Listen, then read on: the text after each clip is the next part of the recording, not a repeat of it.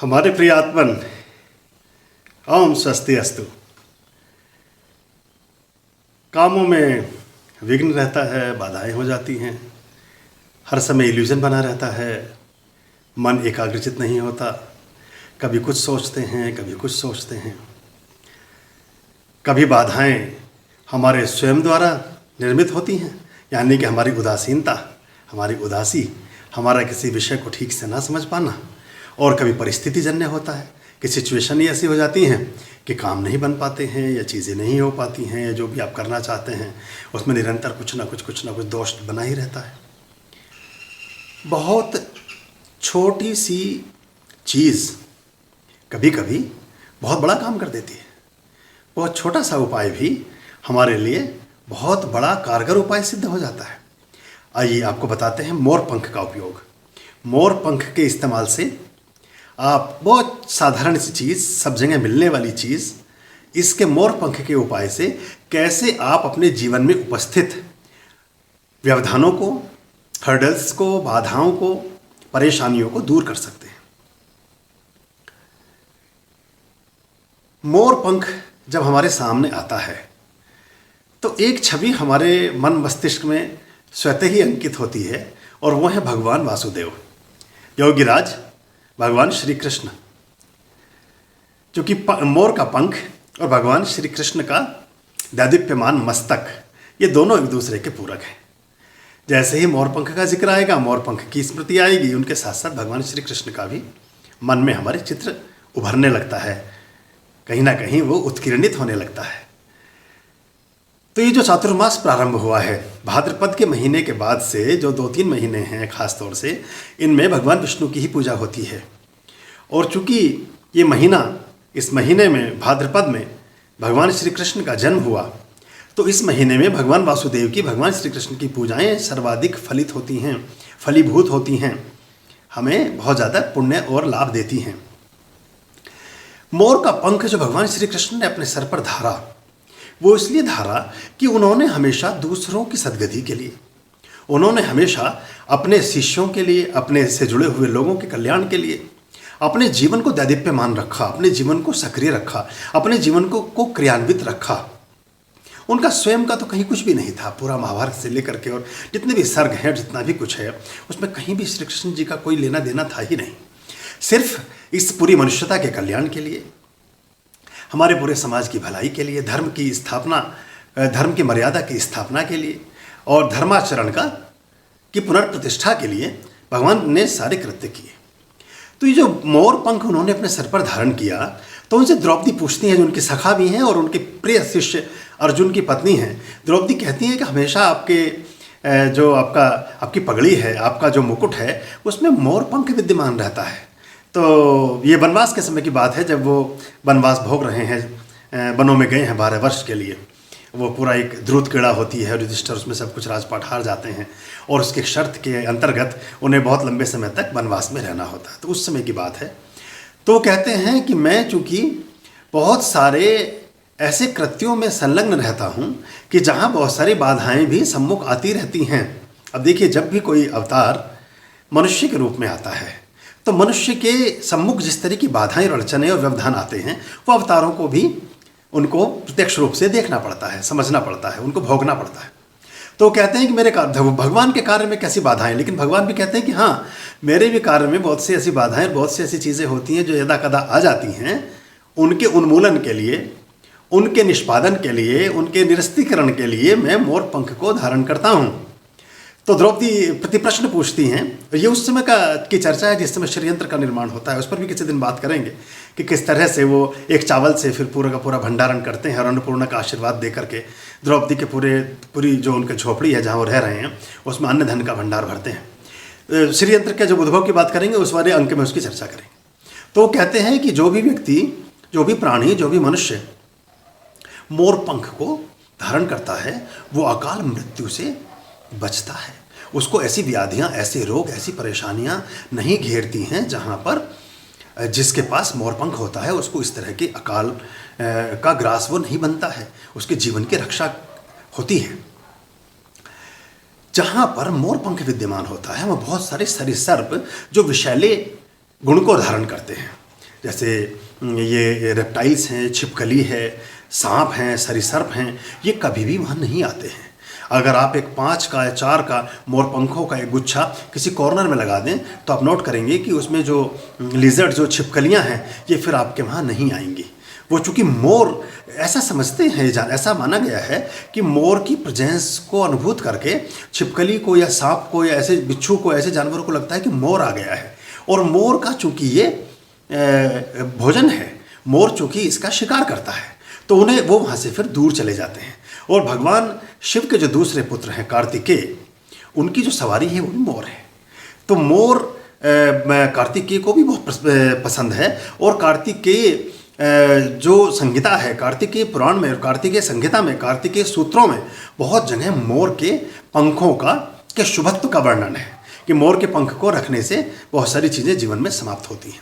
आप 3 की संख्या में, 5 की संख्या में, 9 की विषम संख्या में 11, 9, 13, 15, 17, 19, 21, 25 ऐसे करके जितना भी आप चाहें, पूरा का पूरा गुच्छ भी, आप पूरा का पूरा एक गुच्छा भी आप मोर पंख का अपने पास रख सकते हैं।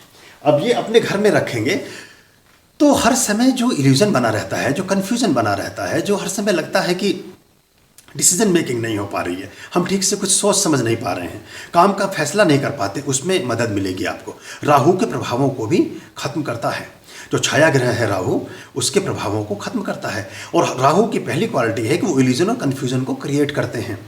राहु के प्रभाव से व्यक्ति का मति भ्रम रहता है, वो कभी भी एक तरह के डिसीजन पर ठीक से डिगता नहीं है, उस पर स्थिर नहीं रहता है, डिगा रहता है, अडिग नहीं रहता है। तो उस पर आप अडिग कैसे रहें, वो तब हो सकता है जब मोर पंख का प्रयोग अपने यहाँ करें। मोर पंख के गुच्छ को अपने घर में आप ऐसी जगह पर रखने का प्रयास करें जहाँ सबसे पहले कोई अतिथि आते हैं। ये बहुत सारी चीज़ों को, नज़र के दोषों को, किए कराए को, टोने टोटके को, किसी की कही हुई बात को, उन सबको भी, उसमें अगर अशुभता है उसको भी समाप्त करता है। तो आप इसको ऐसे स्थान पर रखें जहाँ सबसे पहले आने वाले व्यक्ति की दृष्टि पड़ती हो। तो अपने ड्राइंग रूम में, लिविंग रूम में, कहीं ऐसी जगह पर रखें जहाँ आपके अतिथि आते हैं और आने के बाद उनकी दृष्टि इस पर पड़ती है।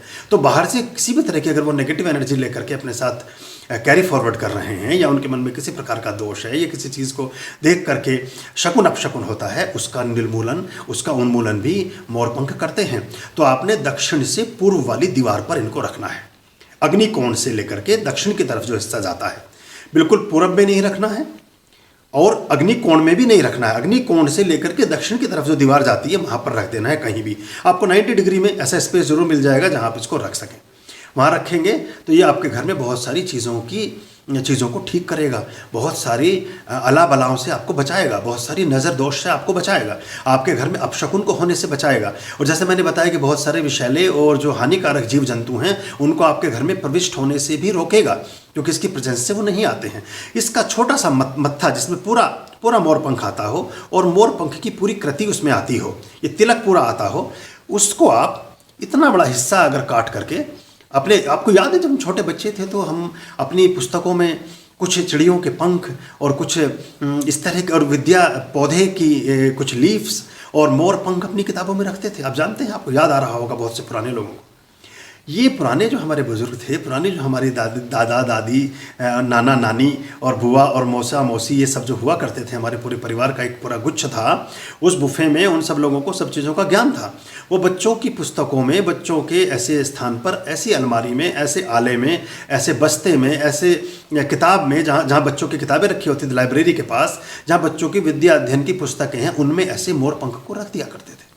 तो बच्चों का जो मन अनियंत्रित रहता है, या उनका मन जो एक निष्ठ नहीं हो पाता, उनका मन जो एकाग्र चित्त नहीं हो पाता, एक पर्टिकुलर बिंदु पर स्थिर नहीं हो पाता, उसमें उनको मदद मिलती थी। उनका स्मृति बोध बढ़ता था, उनकी मेमोरी पावर एनहेंस होती थी। वो बच्चे अच्छे मेधावी, प्रतिभाशाली और बहुत अच्छे से पढ़ने वाले होते थे। आप देखिएगा, और ऐसी माताएं जिनके छोटे शिशु हैं, छोटे बच्चे हैं और वो भी विद्यार्थी हैं, पढ़ते हैं स्कूलों में, आप उनके लिए इतना बड़ा इसका ये छोटा सा पीस काट लें और उसको काट करके उनकी पुस्तकों में रख दें। ऐसी माताएं जिनके बहुत छोटे बच्चे हैं और वो किसी तरह से उचाटपन महसूस करते हैं, लेटे लेटे अगर वो एकदम से झटका लेते हैं, रोने लगते हैं, या उनको ऐसा कुछ उचाटपन महसूस होता है, आपको लगता है कि कुछ अपशकुन सा है, कुछ अच्छा नहीं लग रहा है, कुछ गड़बड़ है, तो आप ऐसे मोरपंख को आप उस बच्चे के सिरहाने, जो पलंग का सिरहाना है या चारपाई का सिरहाना है, उसके दोनों पायों के दोनों किनारों में लगा दें। उसमें बड़ी लीफ, बड़े बड़ी पत्ती का यूज कर सकते हैं आप। बड़ी पत्ती ले लें और ऐसे करके धागे से, कलावे से, किसी चीज़ से दोनों तरफ उसको दोनों किनारों में बांध दें। ऐसे बुजुर्ग जो बीमारियों से बीमार तो हैं लेकिन बीमारी के साथ साथ बहुत, या जवान भी, यंग एज में भी मैंने बहुत से लोगों को देखा है, किसी न किसी भय से आक्रांत रहते हैं। उनको डर सताता रहता है कि हम मर तो नहीं जाएंगे, हमें पता नहीं क्या हो जाएगा, हमारी बीमारी ठीक हो पाएगी कि नहीं हो पाएगी, हम अपने रिश्तेदारों से मिल पाएंगे कि नहीं। कोई भी तरह का भय, जितने भी तरह के फियर हैं, उनके लिए भी इस प्रयोग को आप कर सकते हैं। सुनने में, समझने में ये चीज़ें हमें, अब जैसे जैसे हमारी परवरिश हो रही हैं, हम मुस्कुराते हैं इन बातों पर। हमें ये बातें सब थोथी बातें लगती हैं, इन बातों में विश्वास हमारा कम होता है। दुर्भाग्य ये है जीवन का कि अविश्वास में बहुत ज़्यादा विश्वास है, अविश्वास में बहुत ज़्यादा विश्वास है, और विश्वास में तनिक भी विश्वास नहीं। ये दुर्भाग्य का, दुखों का, परेशानियों का, बहुत सारी समस्याओं का एकमात्र कारण है। तो हम जिन बातों के बारे में हमें ज्ञान नहीं है, उन बातों के बारे में हम अविश्वास से भरे होते हैं, और अगर कोई व्यक्ति आपको उस बात को शेयर करता है तो उसमें भी अविश्वास पैदा होता है। तो ये जो विश्वासी हैं वही पाते हैं। कहते हैं ना कि संशयात्मा विनश्यति, भगवान श्री कृष्ण का ही उद्बोधन है। वो कहते हैं जो संशय से भरा मन है, जिस चित्त में बहुत सारे संशय भरे हैं, इल्यूजन भरे हैं, कन्फ्यूजन भरे हैं, वो कभी भी गति को उपलब्ध नहीं होता। गति माने प्रगति को, उन्नति को, आगे जीवन में आगे बढ़ने को उपलब्ध नहीं होता। तो हमें इस तरह के संशयों को दूर करना चाहिए। आप करके देखेंगे, आपको बहुत अच्छा प्रतीत होने लगेगा। ये मोर पंख आपको बहुत तरह की चीज़ों से बचाता है। ऐसे लोग जिन्हें बार बार फिसल करके गिर जाते हों, चोटें लगती रहती हों, खास तौर से नाभि से नीचे के केंद्र में चोटें लगती हों, घुटने बार बार चोट खा रहे हैं, पैरों में कहीं चोट लग रही है, बार बार बाइक से गिर जाते हैं, कुछ और हो जाता है, जहाँ नाभि केंद्र से नीचे की तरफ अधिक चोटें लगती हों, वहाँ भी मोर पंख का प्रयोग बहुत अच्छा काम करता है। अब अपनी किसी पुस्तक में, अपने पर्स में, कहीं पर भी, लेकिन मोर पंख में ये जो ऊपर का चंद्रमा है, ये जो ऊपर का इसका ये वाला, इस यहाँ से कम आपको काटना चाहिए, और फिर इतनी बड़ी उसमें रखें, या मोर पंख छोटे साइज़ का ले लें कि आपके जो पर्स में आ जाए या किसी ऐसी चीज़ में आ जाए, तो वहाँ भी बढ़िया काम करता है।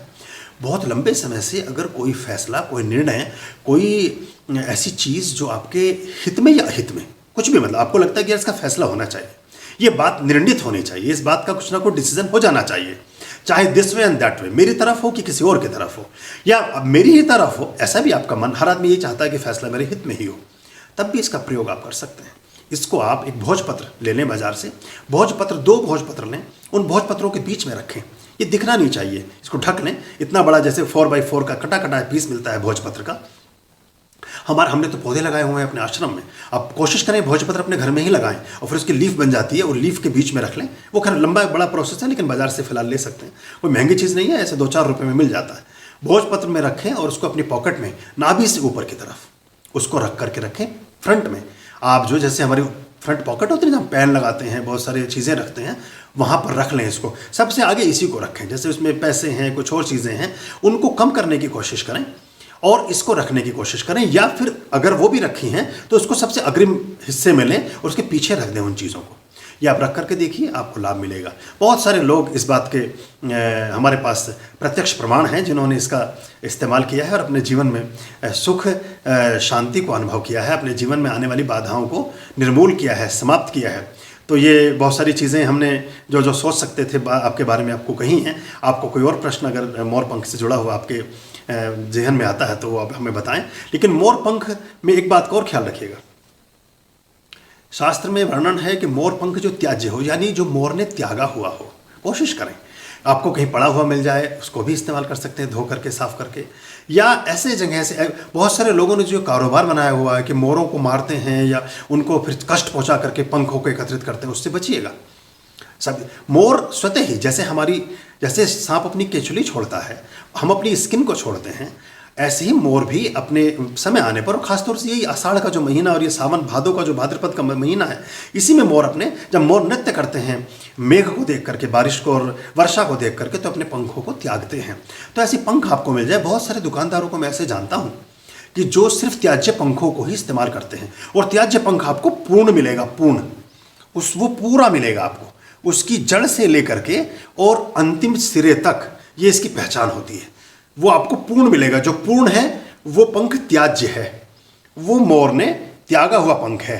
और अगर वो आपको कटा हुआ मिल रहा है कहीं से बीच से, तो फिर वो कहीं हो सकता है उसमें कोई अशुद्धि हो और वो फिर ठीक नहीं माना जाता। तो एक साधारण इसका तरीका ये भी है पहचान का कि पूर्ण पंख लें, तो वो यानी कि पकने के बाद जब वो चीज़ पूर्ण हो गई तो मोर ने उसको त्याग दिया, मोर ने उसको छोड़ दिया अपने शरीर से, वो आपके लिए अच्छा काम करेगा। बहुत शुभकामनाएं, और आपके जीवन की बाधाएं समाप्त हों, आपके जीवन में हर्षोल्लास का समागम हो, आपके जीवन में सभी तरह के आनंद फलीभूत हों, आप बहुत प्रेम से भरे हों, बहुत आनंद से भरे हों, बहुत सुख से भरे हों, बहुत समृद्धि से भरे हों। बस यही स्वप्न है हमारा। ओम स्वस्ति अस्तु।